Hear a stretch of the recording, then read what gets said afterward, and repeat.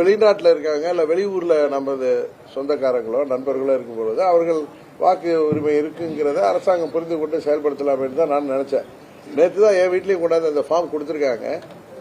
அதை நான் பார்த்த வரைக்கும் அதுல 2வது பகுதி, இப்ப நாமெல்லாம் வந்து அதை 2005 உங்க வாக்காளர், நீங்க எங்க வாக்காளராக இருந்தீங்க அப்படிங்கிற ஒரு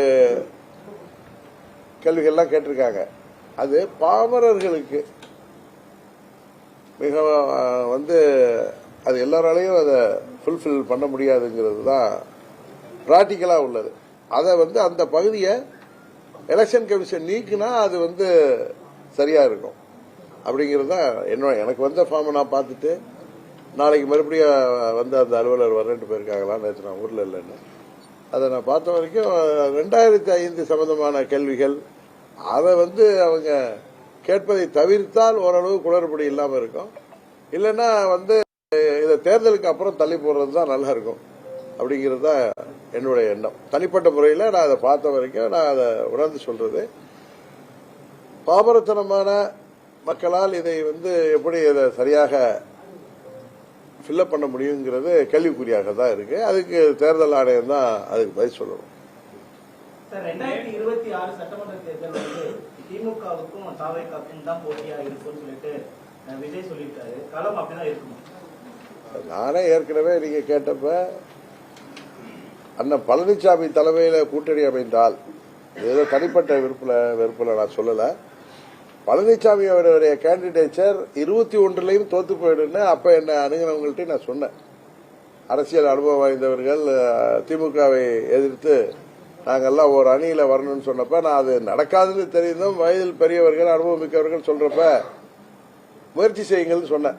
அப்பயும் நான் இதே கருத்து தான் சொல்றேன். நான் ரிட்டனாவே எழுதி கொடுத்திருக்காரு, நான் சும்மா வார்த்தைக்கு சொல்லல.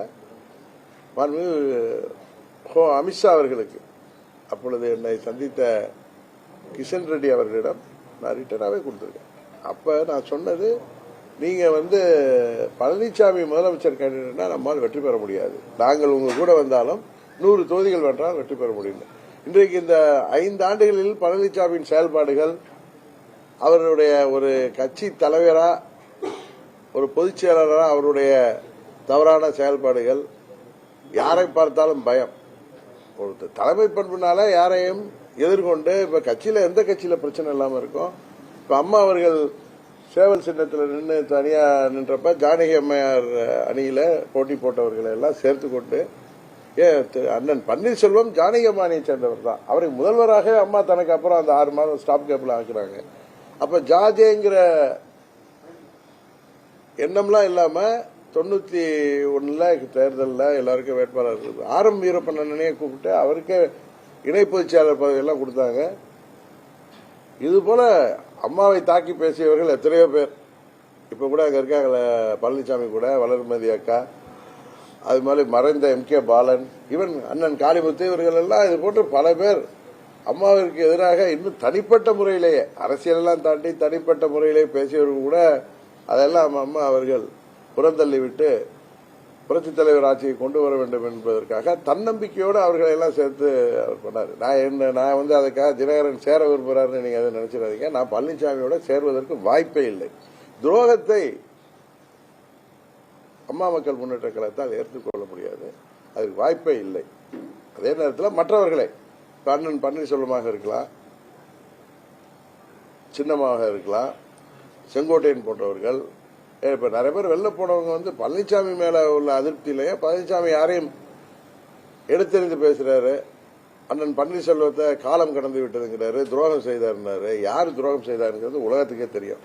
அதனால சுயநலத்தோட அவர் வந்து கட்சி ஆட்சிக்கு வருதா இல்லையாங்கிற பத்தி இல்ல, அதிமுக பொதுச் செயலாளருங்கிற பேரோட தான் இருக்கணுங்கிற மாதிரி ஒரு தலைவருக்கு உள்ள தகுதியே இல்லாமல் செயல்படுகிறார் என்பதை எல்லாரும் சொல்றாரு. அது நானும் அதான் நினைக்கிறேன். அதனால பழனிசாமி தலைமையிலான கூட்டணி உறுதியாக இந்த காலகட்டத்தில், அதுவும் திரு விஜய் அவர்களுடைய அரசியல் பிரவேசத்துக்கு பிறகு 3வது இடத்துக்கு தான் செல்லும். இந்த போட்டி நானே சொன்னது திமுக கூட்டணிக்கும் தாவேகா கூட்டணிக்கும் தான் இருக்கும். அது புதிய கட்சி, இவர் போய் அவர் கூட போறதுக்காக நான் கூட போறேன் இல்லைங்கிறதெல்லாம் நான் முடிவு செய்யவே இல்லை. நான் யதார்த்தமா ஒரு குடிமகனா பார்த்து நீங்க கேள்வி கேட்கறதுனால நான் பதில் சொல்றேன்.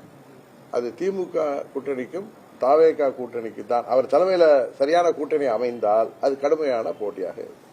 மனோஜ் பாண்டியன் அவர்கள் திமுகவில் இணைஞ்சிருக்காரு. அதாங்க நான் இப்ப முன்ன சொன்னதுதான் பழனிசாமியோட செயல்பாடு.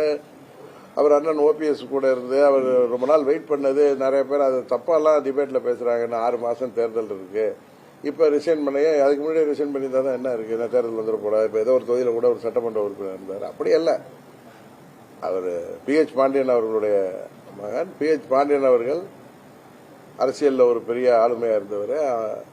அம்மா அவர்கள் பாராளுமன்ற குழு தலைவராகத்தான் இருந்தார். அது மாதிரி 2001 மனோஜ் பாண்டியன் சட்டமன்ற உறுப்பினராக இருப்பவர். அம்மா அவர்களுக்கு ரொம்ப பிடித்தமான ஒரு வழக்கறிஞர், சட்டமன்ற உறுப்பினர். இப்பொழுது அண்ணன் பன்னீர்செல்வம் கூட இருந்தாரு. பொறுத்து பார்த்தார் பழனிசாமியுடைய அந்த ஒரு அட்ராசியஸ் பிஹேவியர், அடாவடித்தனமான பேச்சுகள், நடவடிக்கை, தலைமை பண்பே இல்லாதனால அவர் அங்க போனது எங்களுக்கெல்லாம் வருத்தம் அளிக்கிறது. அதை பேர் கூட சில பேர் சொல்றாங்க, நான் பார்த்த தொலைக்காட்சியில தட்டுற மாதிரி தட்டுறாருன்னு. அப்படி இல்ல, அவரு போனதுக்கான காரணம் தெரியும்ல. அவரை தடுத்து நிறுத்த எங்களால் முடியவில்லை, அண்ணன் பன்னீர்செல்வத்தால முடியாமல் இருந்திருக்கலாம். அதனால நாங்க போனாரு. போனதுக்கான காரணம் அது எங்களுக்கெல்லாம் அது ரொம்ப வருத்தம் அளிக்கிற விஷயம்தான். எப்படி அன்வர் பாஜா போனப்போ அதான சொன்னேன், எங்க கூட இல்லைனாலும் வேற அணியில இருந்தாலும் அம்மாவின் தொண்டர்கள் என்கிற முறையில் அவர்கள் திமுகவிற்கு செல்வது துரதிருஷ்டவசமானது. பட் அதுக்கு காரணம் பழனிசாமியின் செயல்பாடுகள் தான் என்பதை நான் அந்த எல்லோருக்கும் சொல்லிக்கொள்ள விரும்புகிறேன். இல்ல, நான் உண்மையை சொல்லணும்னா நான் யதார்த்தத்தை சொல்றேன். எங்களை பல கூட்டணிகளிலிருந்து எங்களை அணுகுகிறார்கள். கடந்த பல கட்சிகளிலிருந்து கூட்டணிக்காக 2-3 மாதங்களாகவே அணுகினார்கள். நான் ஒரு கூட்டணியில் இருக்கும் பொழுது ஏற்கனவே என்டிஏல இருந்தப்ப பேசுவது முறையாக இருக்காது என்று செப்டம்பர் 3ஆம் தேதிக்கு பிறகு பல கட்சிகளைச் சேர்ந்தவர்கள் என்னை அணுகினார்கள். அவர்களோடு ஒரு பேச்சுவார்த்தை தான் நடந்து கொண்டிருக்கிறதே தவிர அம்மா மக்கள் முன்னேற்ற கழகம் எங்கள் கட்சி முக்கிய நிர்வாகிகளோடு எல்லாம் பேசிவிட்டு தான் ஒரு முடிவு எடுக்க முடியும். அது எல்லாமே இனிஷியல் ஸ்டேஜில் தான் இருக்கு. நான் எந்த முடிவும் எடுக்கல, அதுதான் உண்மை. அதை நீங்க நம்புறீங்களோ இல்லையோ, இது டிசம்பரோ ஜனவரியோ ஆகும். இன்னும் சில புதிய மாற்றங்கள் வருவதற்கும் வாய்ப்பு இருக்கு. ஆனா ஒன்றை மட்டும் சொல்றேன், நாங்க அம்மா மக்கள் முன்னேற்ற கழகம் இடம்பெறுகிற கூட்டணி உறுதியாக வெற்றி கூட்டணியாக இருக்கும். எங்களை தவிர்த்து விட்டு ஒரு கூட்டணி வெற்றி பெற முடியாது என்பதுதான் இன்றைக்கு சூழ்நிலை. அது நான் அதீத நம்பிக்கையில சொல்ல, யதார்த்தத்தை சொல்ல. இல்ல சார், பல கட்சிகள் எங்களோட பேசிட்டு இருக்காங்க. அதுல நான் இந்த கட்சி அந்த கட்சின்னு சொல்ல விரும்பல. முடிவுக்கு வந்த பிறகு சொல்லுவோம், அப்பதான் நாகரிகமாக இருக்கும். அதிமுகவிலிருந்து பல நிர்வாகிகள் அதிருப்தியில ஓபிஎஸ் அவர்கள் அணியில இருக்கட்டும் திமுக சேர்றாங்க. எடப்பாடி பழனிசாமி எதிர்க்கக்கூடிய நீங்களும் உங்களுடைய கட்சியில அவங்களை இணைக்கிறதுக்கு எந்த முயற்சியும் எடுக்கலையா, இல்ல அவங்க எதுவும் விரும்பலையா? நல்ல கேள்வி நீங்க கேட்டது. எங்களோட பல பேர் தொடர்புல தான் இருந்தாங்க. ஆனா பழனிசாமியை வீழ்த்துவதற்கு திமுக தான் சரியான இடம் என்று நினைத்துதான் அவர்கள் சென்றிருப்பதாக தான் நினைக்கிறேன். அவங்க விரும்புற எங்களோட தொடர்புல இருந்தவங்க தானே, எல்லாரும் எங்களோட தொடர்புல இருக்கிறவங்க தான். டைரக்டா இல்லைனாலும் இன்டைரக்டா எங்களோட தொடர்புல இருந்தவங்க தான், எங்களோட நட்போடு இருக்கிறவங்க தான். அவர்கள் பழனிசாமியை வீழ்த்தணும்னா நாளைக்கு அது சரியான இடம் திமுக என்று அவர்கள் நம்புவதால் நாங்கள் நிச்சயம் நினைச்சிருக்கோம். உண்மைதானே, நாங்கள் ஒன்றும் பெரிய ஆளுங்கட்சியாவோ பழனிசாமி போல பணபலத்தோட ரெட்டையிலையோட இருக்கிற கட்சி. எடப்பாடி பழனிசாமியை வீழ்த்துவதற்கு அமமுக சரியான இடம் இல்லையா? அமமுக சரியான இடம் என்பதை தாண்டி அமமுக தனியாக வீழ்த்திவிட முடியாது. திமுக அதை தனியாகவே வீழ்த்தக்கூடிய பெரிய இயக்கமாக இருப்பதாகத்தான் நான் நினைக்கிறேன். நான் உண்மையதானே சொல்லணும். நான் திமுக மாதிரி பெரிய கட்சியோ அண்ணா திமுக மாதிரி பெரிய கட்சி இல்லைங்கிறத நான் யதார்த்தத்தை ஒத்துக்கிறப்ப நீங்க அதுல போய் கேள்வி பல கேள்வி நோட்டுறீங்க. நாங்க அந்த அளவுக்கு கட்சி இல்லை, ஆனால் வளர்ந்து வருகிறோம்.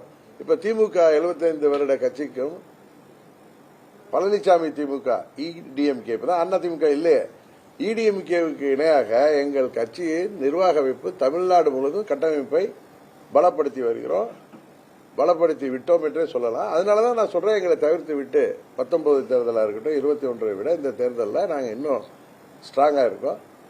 அதனால எங்களை தவிர்த்து விட்டு எந்த கூட்டணியும் ஆட்சி அமைக்க முடியாது. அதே நேரத்தில் எங்களை விட திமுகவும் எடப்பாடி திமுகவும் பெரிய கட்சி என்பது உண்மை. ஒரு 7 மாதங்கள் தான் இருக்கு. அமமுக துவங்கப்பட்டதற்கான மைய காரணம் மீண்டும் அஇஅதிமுகவை ஒருங்கிணைக்கிறது. இந்த இலக்குல எவ்வளவு தூரம் பயணிச்சிருக்கீங்க? 7 மாசம் தான் எடப்பாடிங்கிற ஒரு துரோக சக்தி இந்த தேர்தலில் உறுதியாக வீழ்த்தப்படும். எங்களும் சொல்லியிருக்கிறேன், அங்க உள்ள யார் மேலேயும் எங்களுக்கு தனிப்பட்ட ஒரு இந்த கருத்து வேறுபாடோ அவருக்கு மேல எங்களுக்கு வெறுப்போ கிடையாது. அங்க உள்ள அனைவர் மேலும் எங்களுக்கு துரோகம், எங்களால் முதல்வராக்கப்பட்ட பழனிசாமி எங்களுக்கு இழைத்த துரோகம். இனி வருங்காலத்தில் துரோகம் என்ற சிந்தனையே எந்த ஒரு அரசியல்வாதிக்கும் வரக்கூடாது என்பதற்காகத்தான் அவரை நாங்கள் கடுமையாக அவரை வீழ்த்த வேண்டும் என்கிற குறியோடு அம்மா மக்கள் முன்னேற்ற செயல்பட்டது. அவரை வீழ்த்திய பிறகு உறுதியாக புரட்சித் தலைவர் சட்டத்திட்ட விதிகளோடு அதிமுக மறுமலர்ச்சி பெறுவதற்கு அம்மா மக்கள் முன்னேற்ற கழகம் முழு முனைப்போடு செயல்படும்.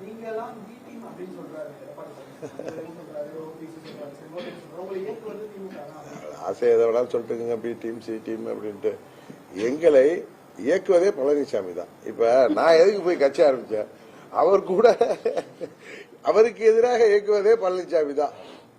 ஏன்னா 2017 பிப்ரவரியில அவர் ஆட்சி அமைக்க காரணமாக இருந்தவர்கள் நாங்கள் பல முறை சொல்லியிருக்கோம்.